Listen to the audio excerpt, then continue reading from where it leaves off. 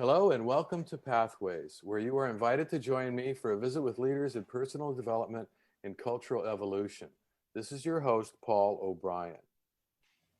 World-class artists and athletes reach levels of peak performance that many of us never dream of trying to attain.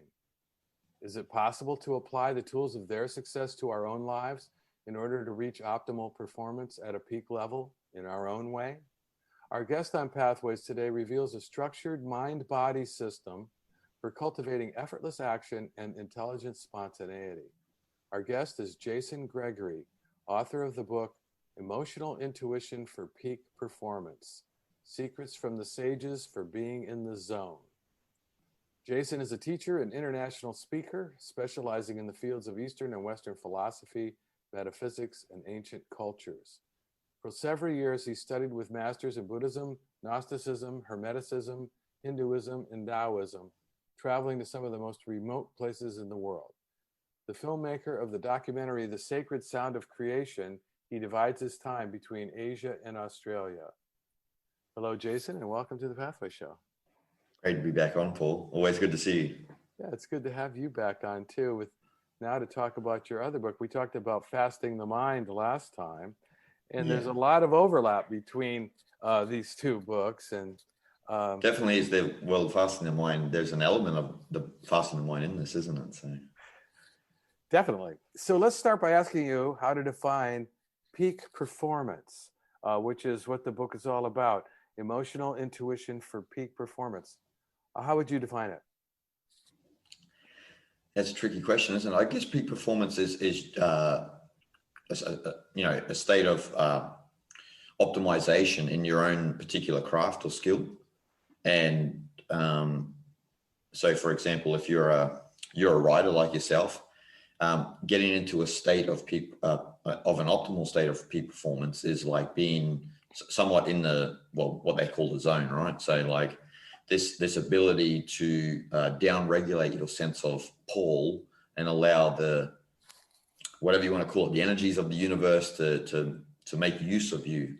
But, to be in a state of peak performance, it's kind of ironic, because as a person ourselves, it's kind of like we have to get out of our own way to reach those states of peak performance. And that's where, like, obviously the title Emotional Intuition comes in, and so forth and so on. So as you know, with most artists or athletes, if they say they're in a state of flow or a state of, or they're in the zone, they often say that they don't really feel like they're kind of, in charge of what they're doing. They're letting what I talk about in the book as the hot cognitive processes to just function unfettered without having the cold cognition in our prefrontal cortex here, the analytical mind getting in the way. So. Mm-hmm. Now, I don't know that in your book you actually counsel people on how to decide what area of life to peak perform in. Does peak performance really apply to everybody? I guess it applies to, if we look at Taoism, right, if we look at it from the sense of Wu Wei, if we look at effortless living, then it would apply to everyone in the sense that you can be in the zone just in your ordinary life. If you have a sense of down-regulating your sense of self, and like you can be, your day has a sense of grace about it, a sense of flow about it. But if we're talking about in particular crafts, then it's a little bit different, right? Because you're talking about trying to excel at that craft. And so does it equate to all fields? Like, you'd have to say it does, but it depends on how crude down the list do we want to go with a particular craft. Like,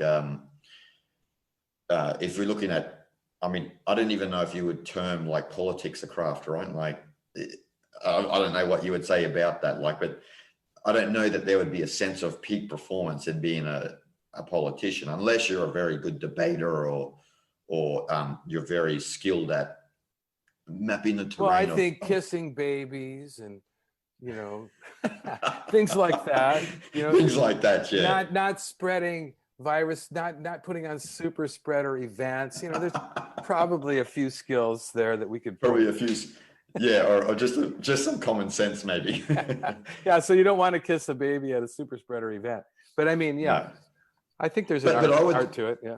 But I would say, yeah, the art, like say, for example, in politics, right? If you looked at the cruder elements, like what you were saying, like not doing silly things like that, but if you're looking at like in debate, so you have a skill and intuition of how to map the terrain. Like say if your opposition says something to you, but you have to come up, you have to be very witty and quick on how to respond to whatever it is, they've presented to you. So there is definitely an element of peak performance, I'd say, in all crafts, no matter how crude that they may be. I found it kind of ironic that your book is offering people what you call a lifestyle technology or a structured mind-body system for cultivating effortless action and intelligent spontaneity. So you take Wu Wei, this effortless action principle of Taoism, and intelligent spontaneity, they don't sound like things that come out of a structured system. And that's kind of ironic. I remember reading a book. I don't know if you know the book by Fritjof Capra, where the Tao of Physics. Yes. And he was talking about how it's kind of ironic when you look at Taoism and especially Zen Buddhism, you're putting structures sometimes in place to become natural again, which kind of seems paradoxical, right? Because why not be natural? But the problem is, the problem that we've all encountered is our original nature has all been warped by socialization, conditioning, no matter whether it's cultural, religious, or at the social level, even in the family level, right? We take on certain forms of conditioning. So the idea, especially in Taoism and also Zen Buddhism, is that our original nature has been warped. So this is where the paradox comes in, because some of us might be fortunate enough, Paul, like just to be natural without having to even use anything I've said in the book, right? But a lot of us have gone through education and socialization, and so there's sometimes a need for a system to make us natural again, or to remember that effortless state at the core of our being. Now, you divide mental activity into two spheres: cold cognition and hot cognition. And yes. I thought that was very interesting and helpful in the book. Can you explain a little bit about that? Yeah, this is part of, in cognitive science, what they call dual process theory. So you have your cold cognition is the function, the cognitive control centers in the prefrontal cortex of the brain here. We would call that the analytical mind. So that's where you say, I am Paul and I am Jason, we can interface like this.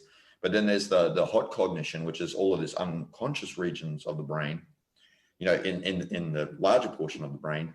And that allows us, it allows me to open and close my hands without having to think about it, and so forth and so on.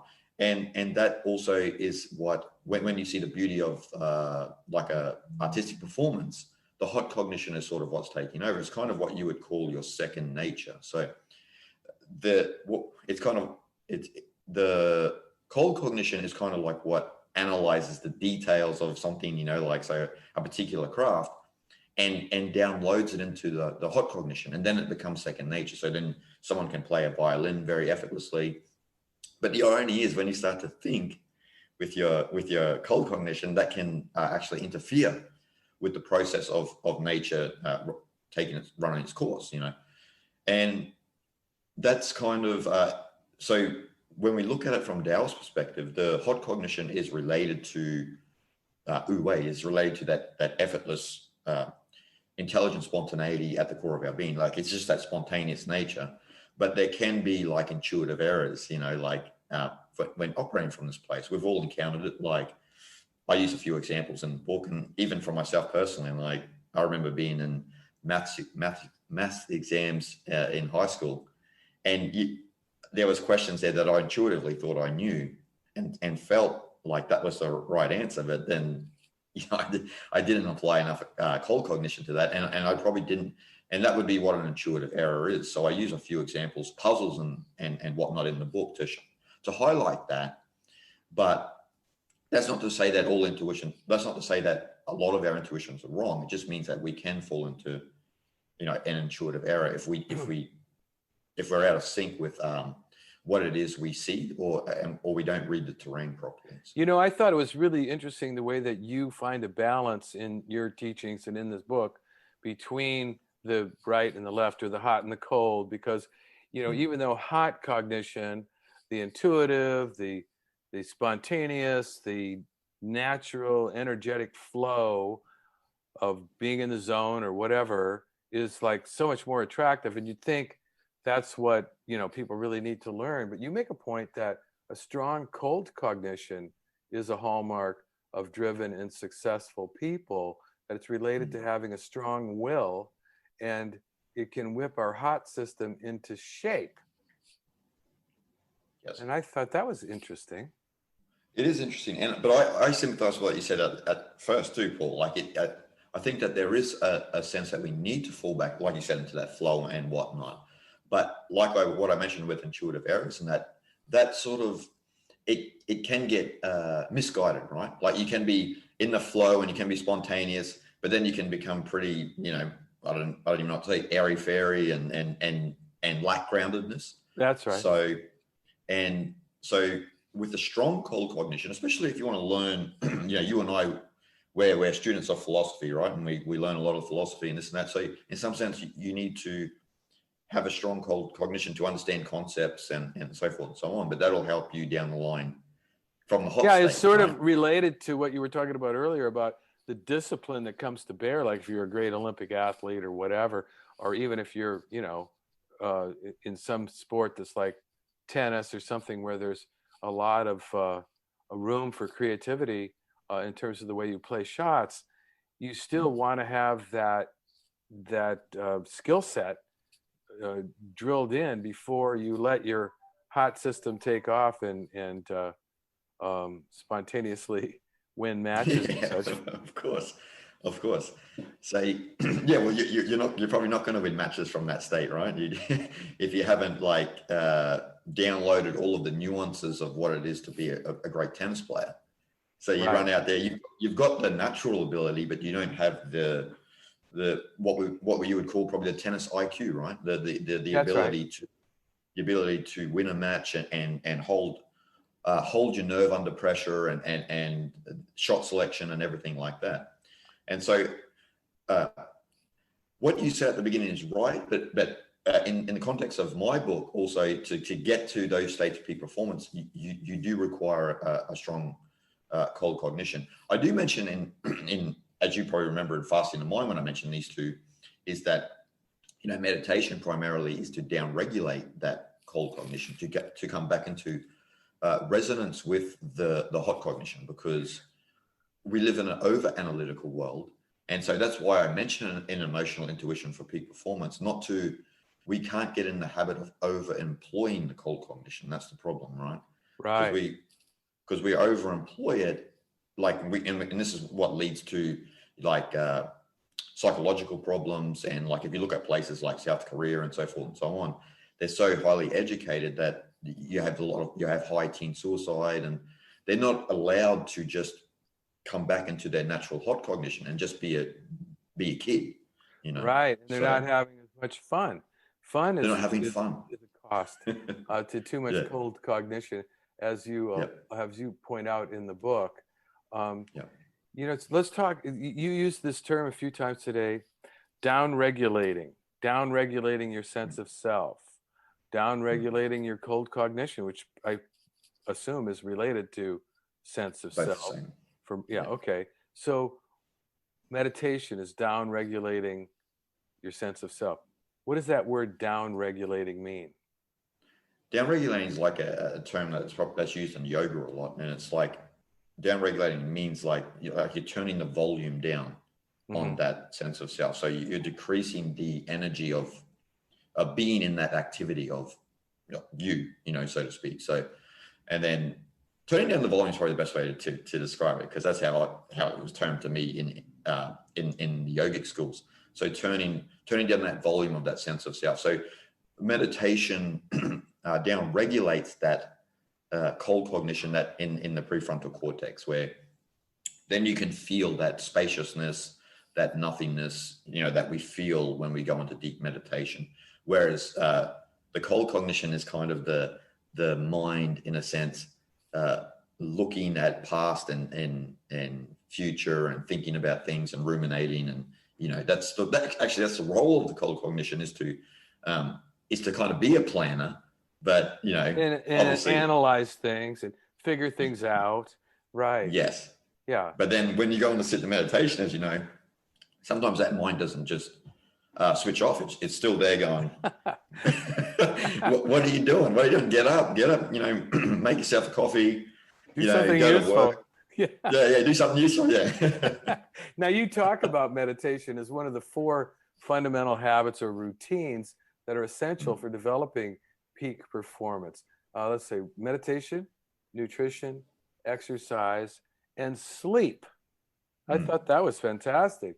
So why don't we talk about each of those for just a minute, and why they're so important?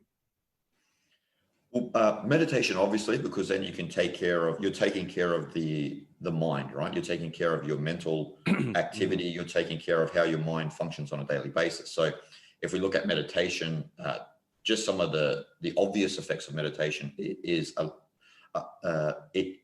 it allows you to deal with your own emotions a lot better. So you're not reacting to the environment all the time.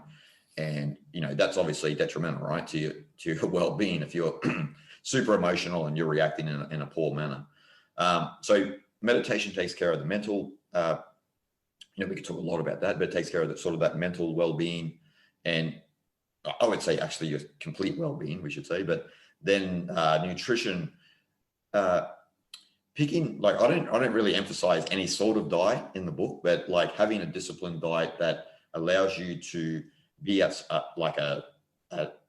an optimal level, so where you're not falling into bad habits of eating chocolate cake every night, and even though we all want to, right? But that's in some sense related to the hot cognition. It just wants to eat whatever it sees and whatever it thinks is going to sustain its existence. But we need to apply a little bit of cold cognition there, where we should be a little bit more structured with our diet, which allows us to, which actually, see, all of these 4 fundamentals, they all help each other, right? They all help each other. So you're not becoming super obese and so forth and so on. You're keeping your diet on point. Exercise is important. Just for, we need to move our body, right? It's I forget who wrote that book, Eat, Move, Sleep. It was a very basic book, but it was just kind of talking a little bit about the fundamentals. But we naturally need to move our body, but we've fallen into this sedentary lifestyle, right? We're always behind the desk looking at the computer or sitting down looking at our phone, or we're office workers, and then we don't get out and even walk around, and simple things like just walking, but I talk about cardio, specifically for an exercise routine, as opposed to, not saying that weights training and that's not, not beneficial, but you don't need to be Arnold Schwarzenegger. Yeah. So having a good cardio routine is actually, it helps with, depression. You see this, it's just common knowledge, right? It helps with anxiety and this and that if you have a regular cardio routine. And sleep, which I mentioned in the book as kind of probably the most important fundamental, because we live in a society now where we don't get enough sleep, Right. So everyone's walking around agitated and this and that, and you can't blame them, because if you're only getting 4-5 hours sleep a night, I mean, you can't expect people to function properly. And you have some really good tips on how to help people get a better night's sleep, how to set it up, and how to manage your schedule in order to support that, and special kind of tea that you recommended, which I bought, and I'm drinking that tea now. Yeah. Do you like that? Yeah, I do like that. Let's talk about Wu Wei, because that's one of the central concepts in the book. And you talk about how Wu Wei, the cultivation of Wu Wei can help us with obstacles, but maybe not in the way we think. You've got this thing called the absorb and respond technique for facing challenges. Can you speak to that? For sure. It's a martial arts technique, actually. And I speak about my brother-in-law, Sungyu, when he was learning Hapkido in South Korea when he was young. he went to see the teacher there, and then all he was learning, and people who have practiced Hapkido probably know this.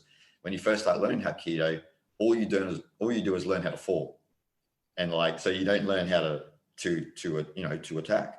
And so he, I mean, him being a young boy, he's like coming home crying and this and that, because he's like, all I'm learning is just getting pushed over and stuff, And so, but the master's trying to cultivate this ability to absorb and move with the blow, so to speak. And that's kind of a technique we use in life too, right? Like to be humble and everything like that. We're going to there's going to be pressure from external sources that we need to sort of absorb, but the skill is you don't get thrown off. You move with it, and you don't absorb the blow. Like it's kind of this push and pull technique where you're never off balance and you're never getting thrown off, so to speak. As opposed to like feeling like you have to avoid it at all costs, or you have to like overpower it. Yes. Well, yeah. Well, like if you look at Wu is kind of like the allowing mentality, right? Instead of force. So we usually we're taught to press up against something, like, Paul's telling me this, and I'm like, get out of here, like, and all that can happen from there is conflict, right? And so Wu Wei is like this, allowing things to take place without putting pressure on it. And too often we are interfering with the world instead of, like, in some sense, sometimes we need to allow the world just to be as it will. And same with our own life, right? Sometimes we are trying to make something happen and we're being very forceful, when we need to be pretty intuitive about that and kind of taper that back and say, well, at the moment, maybe it's time for me just to take my foot off the gas and allow, life to just have its way for a little moment. You touch on the whole thing about fasting the mind in this book. You wrote a whole book about it, and I love that. I love both of your books. And you talk about these things that in Sanskrit are called samskaras. Yes. And vasanas.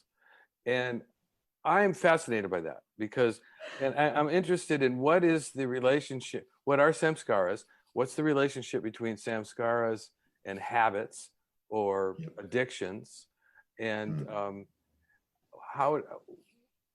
what is the relationship between all of that and maybe dopamine? Because we hear about dopamine fasting all the time now. There's all of these YouTube videos about that. Is there any relationship between dopamine and samskaras? I would say so. There's because if you look at it, like I mentioned in Fasting the Mind, there's we would call it the Wheel of Samsara framework, right? So you've got samskaras, which is a subliminal imprints and mental impressions, and vasanas, which is habits and tendencies, and then karma, which is your actions and unconscious actions. Right. And so, we are constantly absorbing life, right? So we're taking in mental impressions, and that becomes our subconscious, which then affects our habits and tendencies, which then affects, the way we act in the world, so to speak. So, in relation to, social media and dopamine and so forth and so on, I would say that we get because first of all, you're constantly in the habit, right, of checking your phone, and you're constantly in the habit of doing something like this, which is a terrible vasana. But the thing is with that vasana is you are activating a samskara that may be related to it. So say if you sent a tweet out, Paul, and I saw it and I was like, all right, I disagree with what you said, but it's only my samskaras that are reacting to what you're tweeting. But your tweet is like you're just caught in this habit of addiction, right? This which gives you a temporary dopamine hit of getting retweets and likes and so forth and so on. And so you get caught in this complete cycle of samskaras, vasanas, karma, like where you're constantly, burping out your samskaras. When, I explain in Fasting Mind, as you probably recall, is you got to kind of reverse that mentality. So instead of like clutching at the phone and trying to get that next hit of dopamine, don't even act and try to reorient your habits, which then will have an effect on getting those temporary dopamine hits that, people are often accustomed to these days. But as we know, those temporary dopamine hits that people are getting, they're not lasting, right? Because then they're out for the next, whatever, the next high. Right. Yeah, The next high. It's I've read somewhere that samskaras are the result of, they're the impressions that kind of stick with us because we either resisted them or we clung to them. We became attached to them. That's so fascinating. And that book, Fasting the Mind of yours, I want to recommend that to our audience today too, because it really talks a lot about that.